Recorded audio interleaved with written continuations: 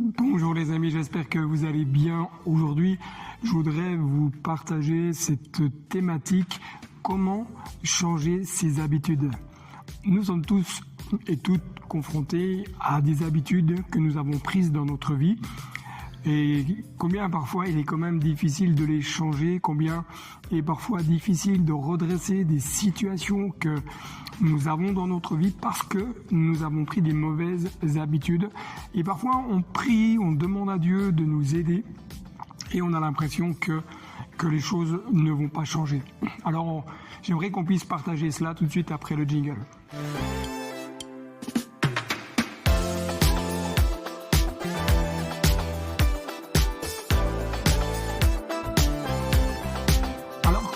Pour changer ses habitudes. Vous savez, il n'y a pas de recette magique. Souvent, quand on est chrétien, on pense que il suffit simplement de prier et puis voilà, ça va se passer. Alors oui, la prière a toute son importance. Oui, la prière, elle n'est pas à négliger.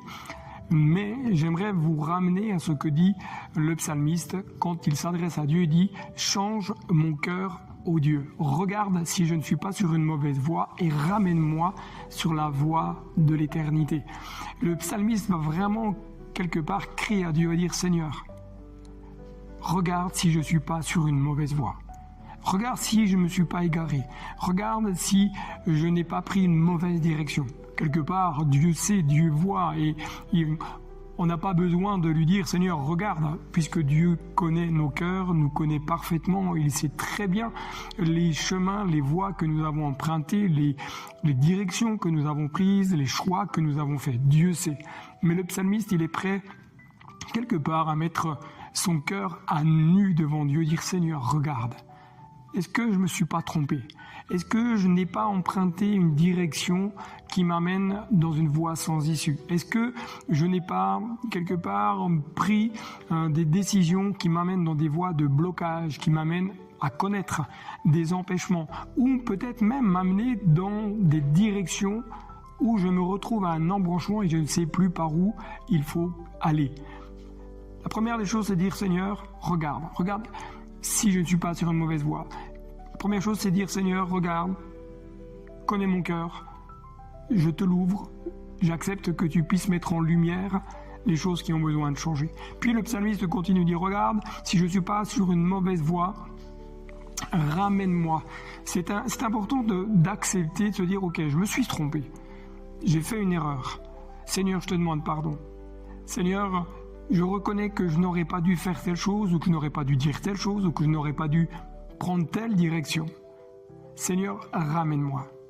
Ramène-moi dans la bonne voie. Ramène-moi dans la bonne direction. Seigneur, j'accepte.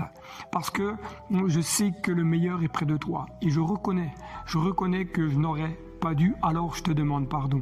Je te demande pardon et j'accepte de revenir en arrière. J'accepte de redresser la barre. J'accepte de rebrousser chemin. Il ne suffit pas simplement de le reconnaître et de demander pardon. Il y a le renoncement à une voie que nous avons prise, renoncement à une direction que nous avons empruntée et dire Seigneur, ramène-moi sur la voie de l'éternité. Ramène-moi sur la voie droite, sur la voie pure, sur la voie sainte, sur la voie que toi tu aplanis. Oh, vous savez, beaucoup de personnes parfois font le constat qu'ils ont pu se tromper dans leur vie et je peux vous dire que personne ne peut dire qu'il ne s'est jamais trompé, puis personne ne pourra dire qu'il ne se trompera plus jamais. Mais il est une réalité, c'est que beaucoup restent dans des voies de blocage parce qu'ils ne reconnaissent pas qu'ils ont fait une erreur. Ils ne reconnaissent pas qu'ils ont emprunté volontairement une direction que Dieu ne leur a jamais demandé de prendre. C'est pourquoi, mon ami, je t'encourage et t'invite du plus profond de mon cœur à laisser la puissance de Saint-Esprit mettre en lumière ce qui a besoin d'être éclairé dans ta vie. Et je t'encourage à te repentir, à t'humilier devant Dieu et à accepter de rebrousser chemin, à renoncer à la direction que tu as prise. Le meilleur est toujours dans la direction qui nous amène à Christ et jamais ailleurs. Et j'aimerais partager peut-être un complément de pensée.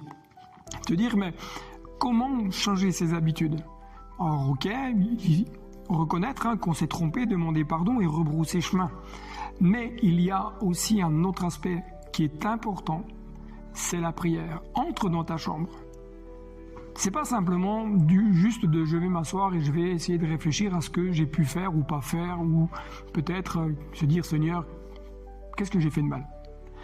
Non, la Bible nous invite aussi à entrer dans la chambre, à nous tenir dans le lieu secret et à placer nos cœurs devant Dieu. La prière a toute son importance aussi pour que nous puissions vivre un changement dans nos habitudes. Le changement dans nos habitudes n'est pas une œuvre intellectuelle. C'est pas simplement l'effort de notre volonté. Il y a des choses parfois qui sont bien ancrées dans notre vie, mais nous avons besoin de venir au pied de celui qui tient tout, au pied de celui qui règne, au pied du Maître, au pied du Roi des Rois, au pied du Seigneur des Seigneurs, au pied de celui qui a vaincu et terrassé Satan, qui a dépouillé l'ennemi. Entre dans ta chambre, dira Jésus, ferme la porte.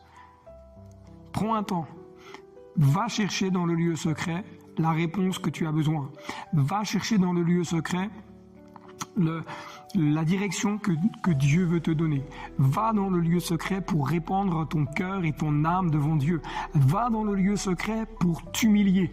Va dans le lieu secret pour répandre ton âme et pleurer sur ta condition.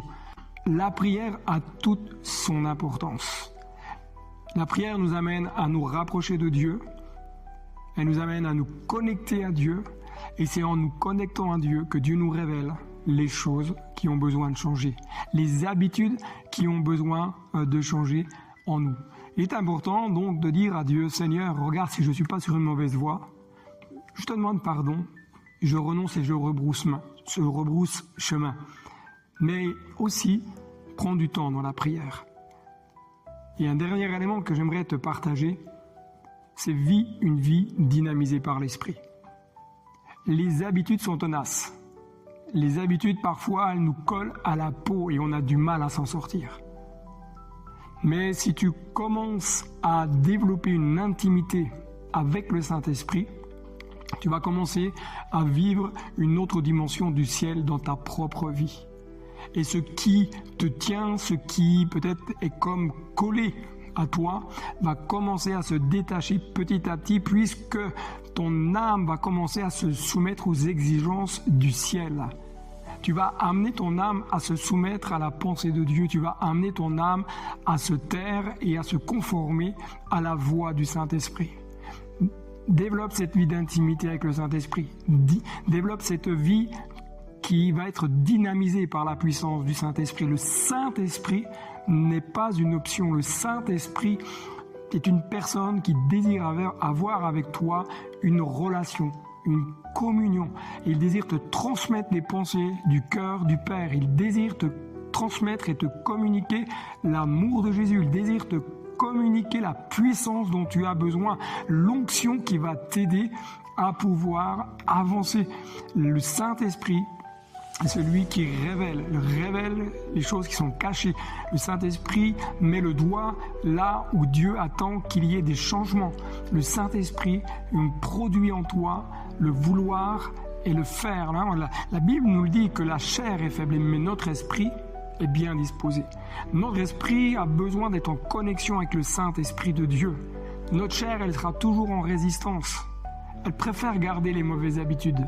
Mais notre esprit qui soupire après le Roi des Rois cherche à nous amener à dire non, ne laisse pas les exigences de ta chair prendre le dessus, ne laisse pas les mauvaises habitudes prendre le dessus, conforme-toi à la pensée du Saint-Esprit.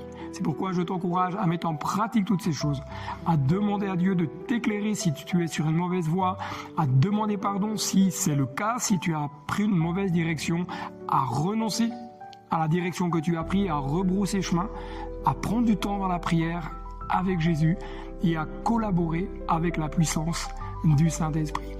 Si tu as aimé cette vidéo, n'hésite pas à la liker, à partager le lien de cette vidéo à des amis qui ont peut-être besoin d'entendre ce que tu as entendu. N'hésite pas également à laisser un commentaire et à t'abonner à la chaîne en activant la clochette pour être alerté des prochaines capsules qui sortiront. Que Dieu te bénisse et je te dis donc à très bientôt et n'oublie pas, le meilleur est devant.